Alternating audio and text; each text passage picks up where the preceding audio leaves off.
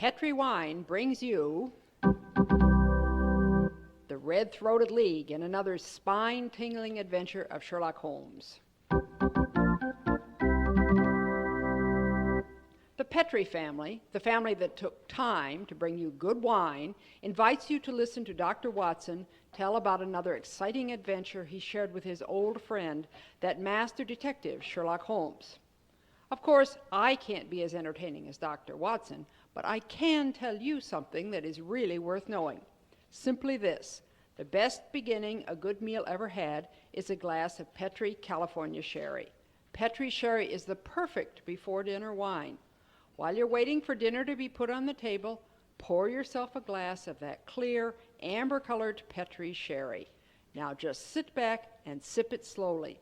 Take your time so you can thoroughly enjoy every single drop of that wonderful Petri flavor.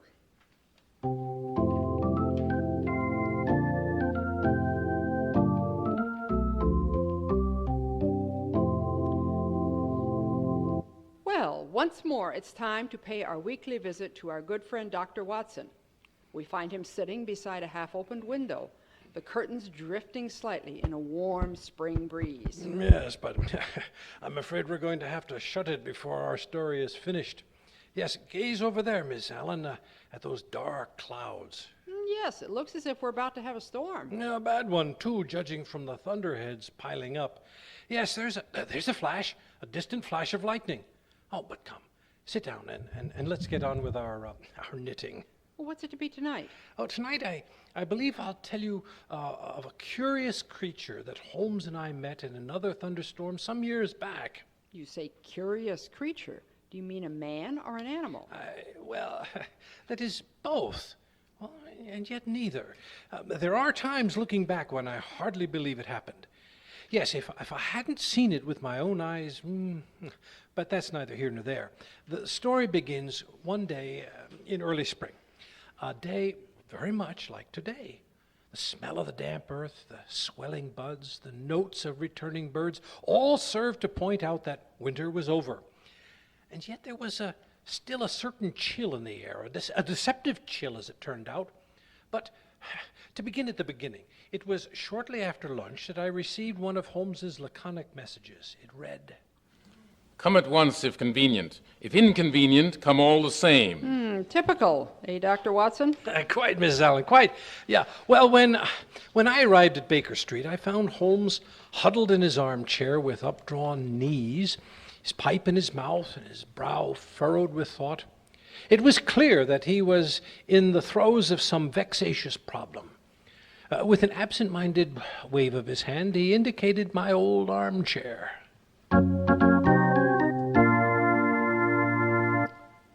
You will excuse a certain abstraction of mind, my dear Watson, but some curious facts have been submitted to me within the last 24 hours.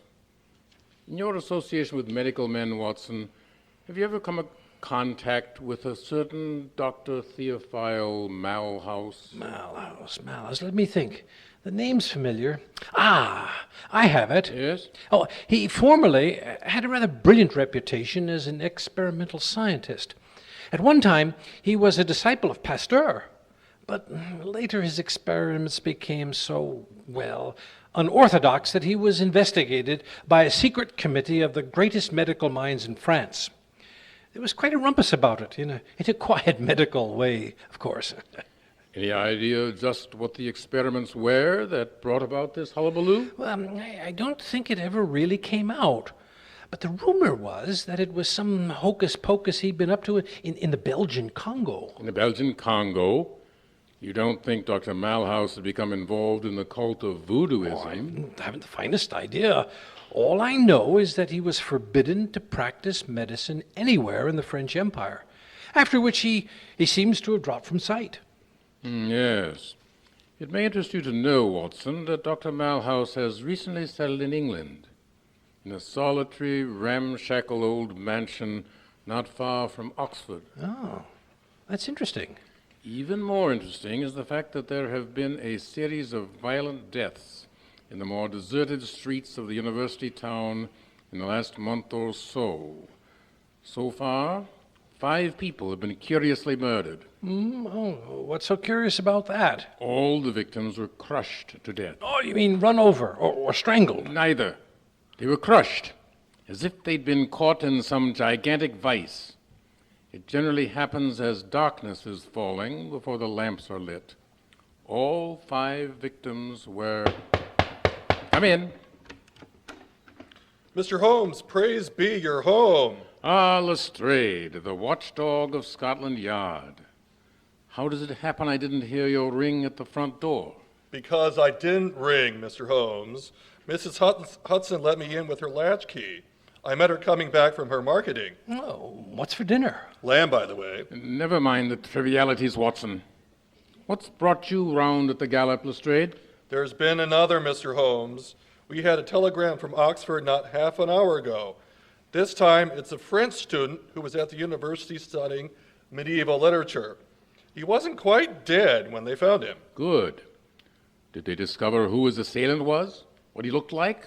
That's the strange part of it, Mr. Holmes. He kept saying it was a great black loup-garou in man's clothes. What in thunder is a loup-garou? Vaguely, it's a morbid folk superstition, Lestrade. Or to speak more specifically, an animal into which the soul of a dying man has entered. Generally a wolf or a large dog. Yeah, it would take a student of medieval literature to think up a loup-garou. That's what I'd say too, Dr. Watson, only it seems there's others who've seen him too. At least they claim to have seen strange eyes burning at him from the bushes at night, and some have even heard the animal howl. Interesting. Very interesting. I think we shall have to go down to Oxford to investigate, Watson? I was hoping you'd say that, Mr. Holmes. I've telegraphed as no one to touch the body or anything around it until we get there. If we hurry, we can just make the next train. It leaves in 18 minutes.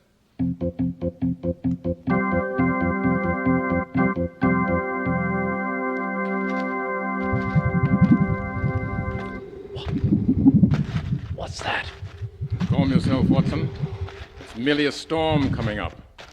The wind is more noticeable as we begin to get out into the open country. How much farther, Lestrade? Can't be far, Mr. Holmes.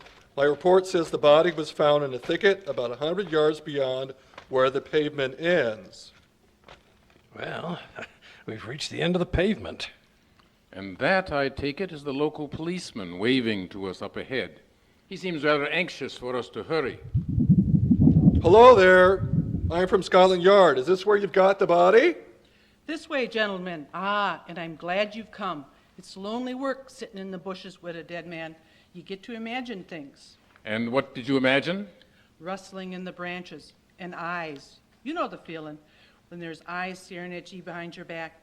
The feeling that there's something waiting to pounce out at ye. I'm in no hurry to be the next corpse, and that's the truth. I don't blame you. Hey, Holmes? Let's have a look at the latest victim. Yes, sir. He's here, sir. We put this tarpaulin over him. Seems sort of indecent to leave him uncovered, like staring up at the sky. I'll raise it off, sir. Not nice, Watson? Even the bones are crushed. How on earth did he manage to get so horribly mangled? I wouldn't know, sir, unless he did it. The one that belongs to the footprints. Ah, footprints. Where? There, leading away from the other side of the thicket. Yes, yes. The ground is quite soft. The prints are very clear. You know, Lestrade, I've written a small monograph on the science of interpreting footprints. One can deduce a great many things from investigating a man's footprints, his height, his weight, even some of his habits. Well, what are your Yes. deductions about these prints? They're curious. I might even say unique. A large shoe, soft, rather like the moccasin of the North American Indian. A certain shuffling gait. But the stance, the weight is balanced in a way that I've never seen before, never. And there is a roll to the walk, favoring the outer edge of the foot. Come, the ground is soft. Let's see where these prints lead us.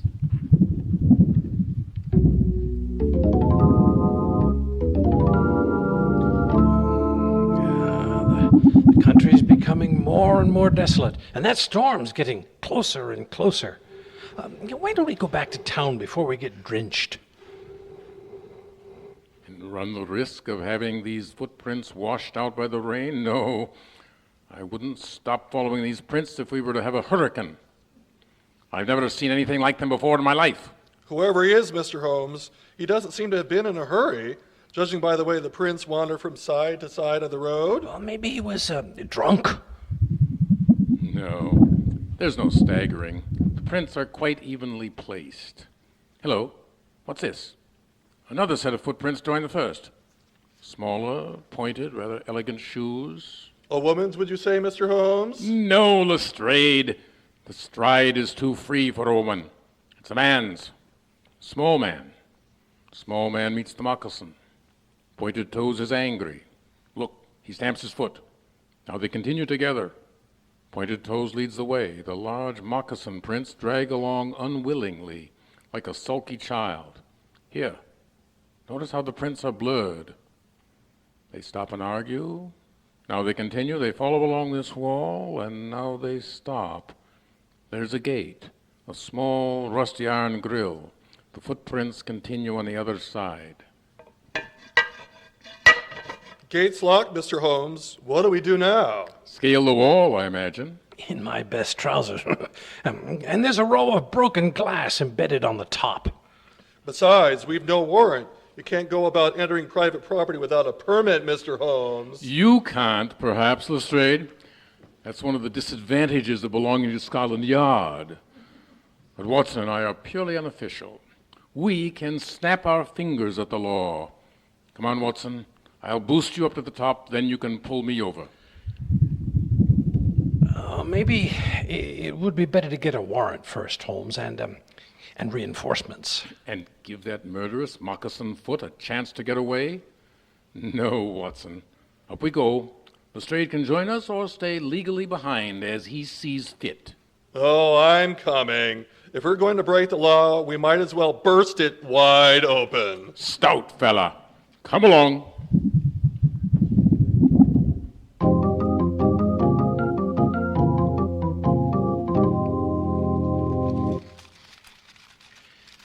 Gloomy old park, eh, Holmes? Trees falling down, driveway covered with leaves, full of mud holes. It's getting dark, too. To be quite frank with you, Mr. Holmes, I don't like the look of this. Who or what is it they've got in here behind locked walls? It's only the gates that are locked, Lestrade. Do let's be accurate. Watson, look out for that mud hole. By Jove, I nearly stepped into it. Yes. I never noticed it. Someone else made the same mistake. Old Moccasin Foot left one of his moccasins behind him, stuck in the mud, yes. Here he continues. One bare foot, one bare... Watson, light a match. I must take a good look at this naked footprint. Very well, but why get so excited over the print of a naked foot? By Jove, it is a curious print at that. Yes, we must find out what sort of man or beast can leave tracks like this. I've never seen anything like them in my entire life. No, they're larger. Much larger than a man's, Holmes. Look here. Maybe it's one of them big apes or a gorilla. No, Lestrade, if it were, I should recognize the tracks. The larger apes don't leave prints like this. The toes are more prehensile, for one thing. Yes, we must find this creature. If only he doesn't... Good Lord. Do you hear that? I did, and I wish I hadn't. It weren't a dog howl, and it weren't thunder. I never heard anything quite like that. Whatever it was, I don't like it. I don't like it at all.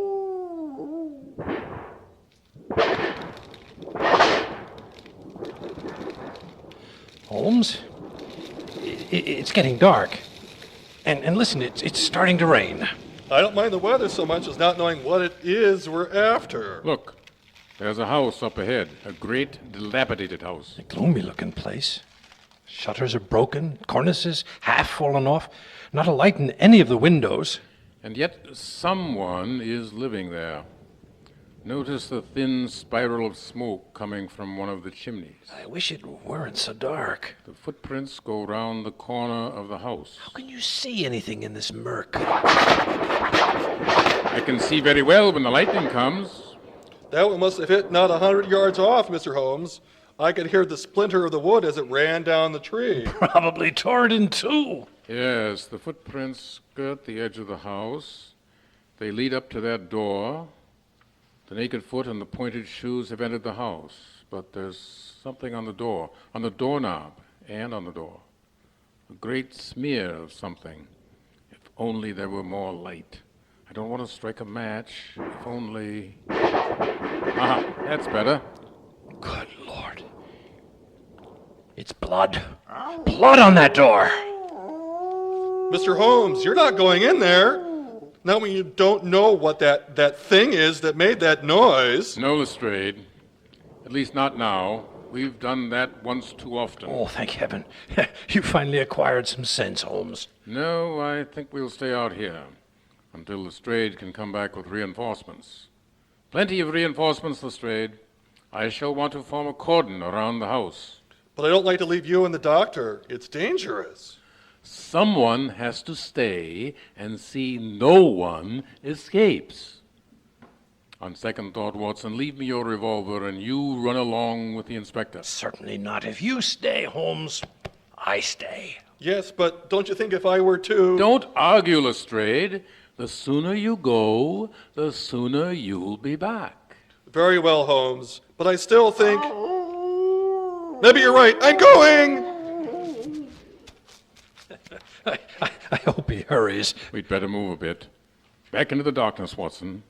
We don't want anyone to see us if they come out that door. Oh, very well. What do you suppose is in there, Holmes? I wish I knew. What are you going to do? For the moment, just stand and wait. Out here in the rain? Surely you will catch cold. Who is that? I think by now you recognize my voice. Great Scott! Moriarty! Not again. This is becoming monotonous, my dear Professor.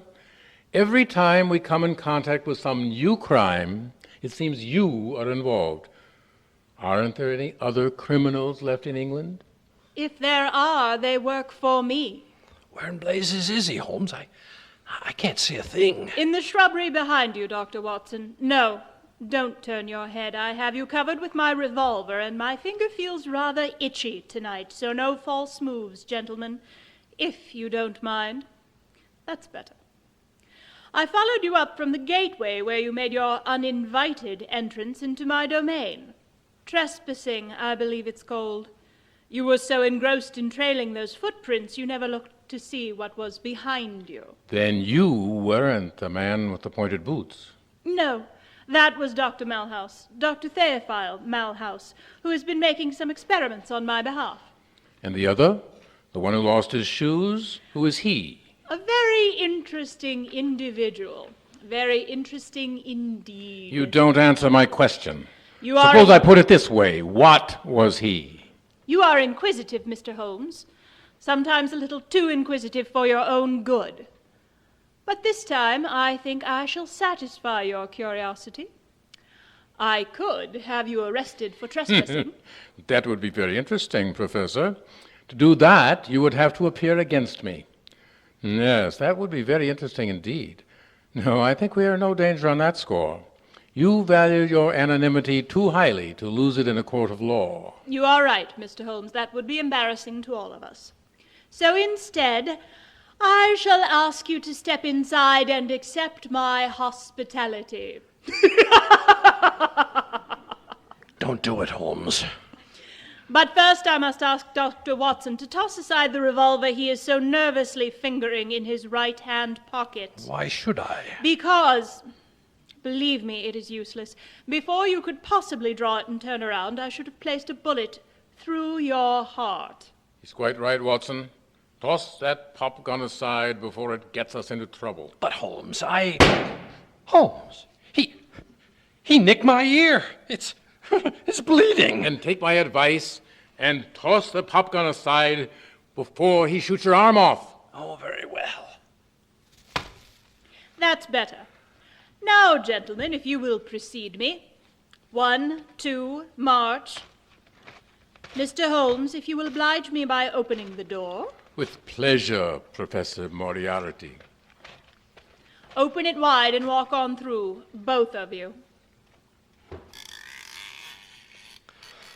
Oh, at least we're in out of the rain. Good old Watson, always looking on the bright side. There is a corridor to the left, gentlemen. You will precede me down it until we arrive at another door. Very well. This time I shall ask Dr. Watson to open the door. Don't look round. All right. Enter. And cross the room, if you please, to the fireplace. Oh, it's a baronial hall. What a great, gloomy-looking place, eh, Holmes? Sorry you find it so bleak. I tried to make it more cozy by decorating it with old suits of armor. Stand in front of the fire, please, with your backs to the room. I might have guessed you were responsible for these murders, Moriarty. My dear Holmes, you do me an injustice. I didn't wish to kill those poor unfortunate fools. What use were their deaths to me? No, I never kill unless I accomplish something thereby. I am not a homicidal maniac. Really? On the other hand, I set no sentimental value on human life. No, I didn't plan those murders. They were an accident. It was awkward, nothing more. If you didn't kill those people yourself, you know who did. Of course. It was Dr. Malhouse's most successful experiment. What's he mean, experiment? We call him Atlas because he is so strong. Atlas? Yes. He is half man, half gorilla. A very useful combination if you can control it. Lately, Dr. Malhouse has not been able to manage him as easily as he did when Atlas was young. Once or twice he has escaped around sundown and gone out on a little, shall we say, investigation of his own. Charming. Yes, well, unfortunately he inherits an unreliable and sometimes violent disposition from his gorilla ancestry. Anyone who annoys him runs the danger of being hugged to death. Delightful. Yes. Ordinarily, of course, he's as playful as a baby. I don't believe it. This is so much nonsense. You can't create a creature like that. It's a biological impossibility. That is where you are wrong, Dr. Watson. It is perfectly possible.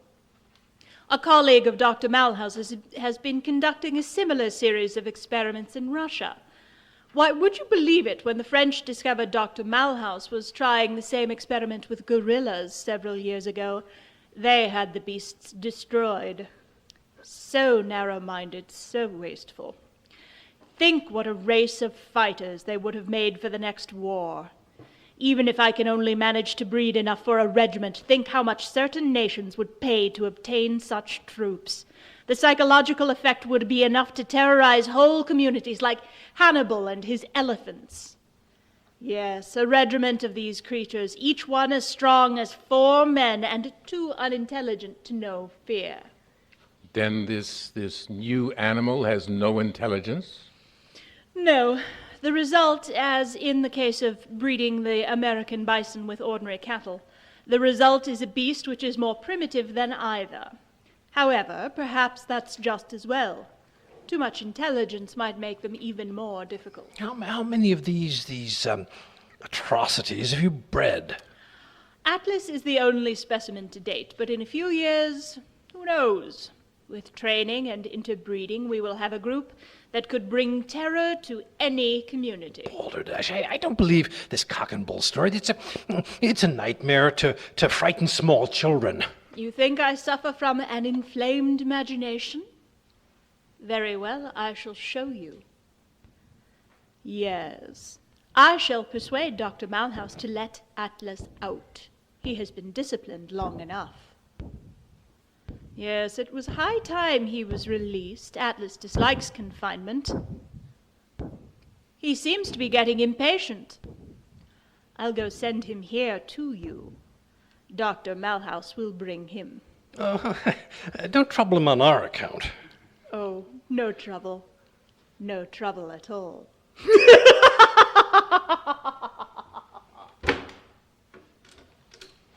He's locked the door after him. And the windows are all barred. Holmes, what do you think we're going to do? Wait and see what happens. Above all, don't show any fear, Watson.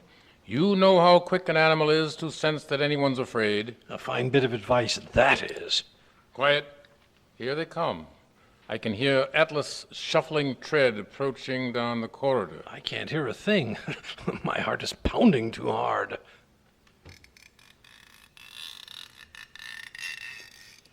Good evening, gentlemen.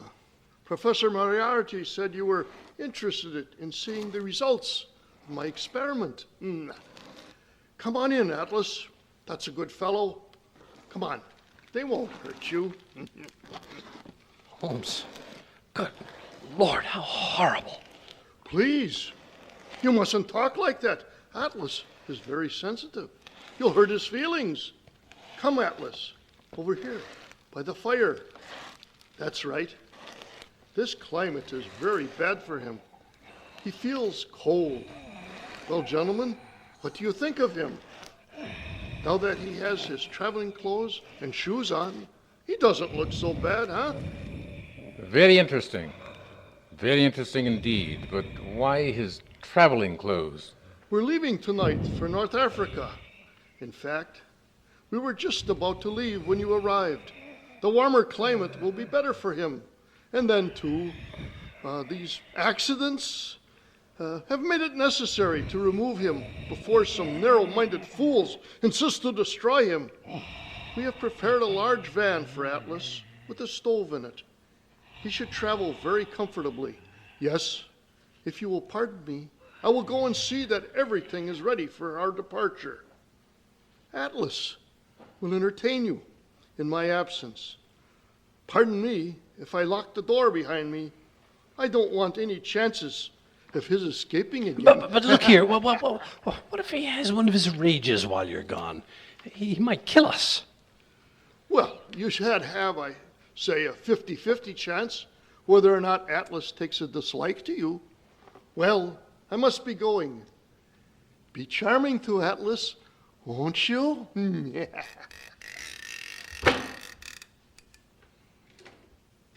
Delightful situation, eh, Holmes? That great black monster. I wish you wouldn't stare at me like that. Easy, Watson, easy. Don't lose your nerve. You don't suppose he can understand what we're saying? No, but some scientists maintain that an animal can smell if you're afraid. If only he'd stop looking at me. Holmes, he's coming over to me. Don't run. Whatever you do, Watson, don't run. Stand your ground. He's sniffing at me as if he were a dog. Whatever he smells, he doesn't like it. Don't get excited, Watson. I've got an idea. I'll sneak round behind him. Keep his attention on you. Holmes, those hands, those great, horrible hands. He's reaching for me. Hold on. Something's diverted his attention. It's your watch chain. It rattled as you put up your arms to ward him off. Give it to him. Quick, Watson. Oh, he can have it. If only I can get it out. Yes, you great ape. Here it is. And my watch, too. There. Holmes, he likes it. He's like a baby with a toy. Keep him interested till I get the cords off these curtains. He's whirling it over his head. Careful, you. That's my good watch. He's dropped it. He's broken the glass. Good Lord, he's cut his hand on the glass. He's stamping on it. He's stamping my watch to bits. Stop that, you fool! He stopped. Good Lord, he's coming for me. This time, he's really mad. Throw him your necktie, your handkerchief. Keep him interested. Here, look, necktie. Nice necktie. He's not interested. One more minute. Steady till I get this rope over the rafter. Divert him, Watson, divert him. How can I? He's reaching for me. His eyes are all bloodshot. There's foam on his lips. I've got the cord over the rafters. Now get him near it. Look, Atlas, rope. Nice rope. Play with rope. All right. Jump rope, Atlas. Like this. Jump rope. Watson, he's interested. Jump rope, Atlas. Faster. Faster.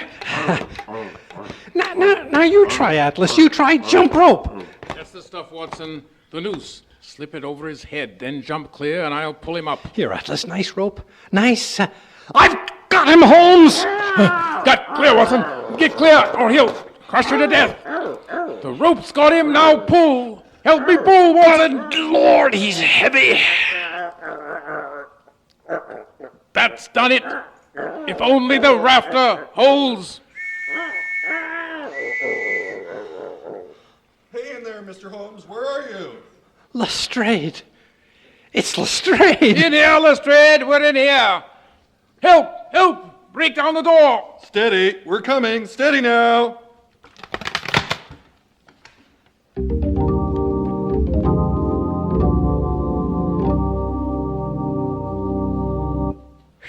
I'll say that was a hair-raising experience. What happened to Atlas? Oh, he was mercifully finished off by Lestrade's revolver. Malhouse was arrested, but judged insane. Well, what about Moriarty? As usual, he slipped through the fingers of the law, much to Holmes' disgust. Oh, say, that's too bad. But I want to tell you about a little present I've got for our listeners. A present, and it's free. It's a swell recipe calendar printed in full color, and it's good for 2 years, 1944, 1945. But best of all, this calendar not only gives you the date, it gives you loads of swell recipes and ideas for cooking with Petri wine. Want to know how to make spare ribs that are out of this world? You want to learn a new way to fix liver and onions? A swell way to make soup more delicious than ever? It's a cinch with this calendar handy in your kitchen to tell you how. In fact, this calendar tells you all you want to know about wine. And remember, it's free. Just write to Petri Wine, P-E-T-R-I, Petri Wine, care of your local station. We'll send you your swell recipe calendar immediately. And remember, Petri took time to bring you good wine. That Petri family really knows how to make good wine. And it's no wonder. They've been making wine ever since they started the Petri business generations ago, way back in the 1800s. And because the making of Petri wine is a family affair, well, they've been able to hand on down from father to son, the skill and experience of each preceding generation. So naturally, when it comes to turning luscious, sun-ripened grapes into fragrant, delicious wine, well, you just can't beat the Petri family, because Petri took time to bring you good wine. And say, don't forget to take time to send for your Petri recipe calendar. It's free. Just write to Petri Wine, P-E-T-R-I, Petri Wine, care of this local station. This offer is intended to apply only in those states and other localities where its acceptance is permissible by law and regulation. And now, Dr. Watson, maybe you could tell us a word about next week's story. Well, next week, Miss Allen, I'm going to tell you a story of old Vienna. The Vienna of sparkling lights, beautiful women, lilting music, and of an extraordinary murder that takes place to the accompaniment of a Mozart sonata. Boy, that sounds like a thriller. I'll see you for sure next week. Yeah. Well, just a minute. Before I go, Miss Allen, I want to urge every registered nurse listening in to get all the facts about the Army Nursing Corps. The Army needs you, nurses, needs you desperately. They'll make you an officer at once and give you every chance to further your post-war career. So if you're a registered nurse and under 45, call your local Red Cross chapter and get all the details. Or wire collect from the Surgeon General, U.S. Army, Washington, D.C. And if you can't qualify for the nurse corps, see if you can't get into essential civilian nursing so that you can release a nurse who does qualify. But do something about it first thing tomorrow, won't you?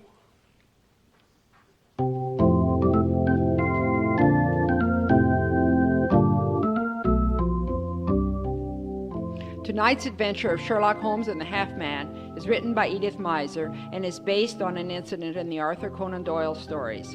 Mr. Rathbone appears through the courtesy of Metro-Goldwyn-Mayer and Mr. Bruce through the courtesy of Universal Pictures, where they are now starring in the Sherlock Holmes series. The Petri Wine Company of San Francisco, California, invites you to tune in again next week, same time, same station. Meanwhile, don't forget to take advantage of our offer of a free recipe calendar.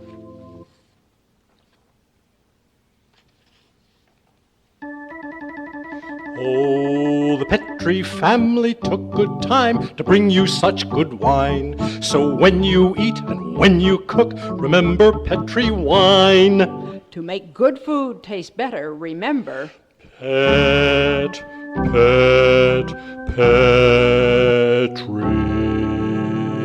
wine. This is your announcer saying good night for the Petri family. Sherlock Holmes comes to you from our St. Louis Park studio. This is the Mutual Broadcasting System.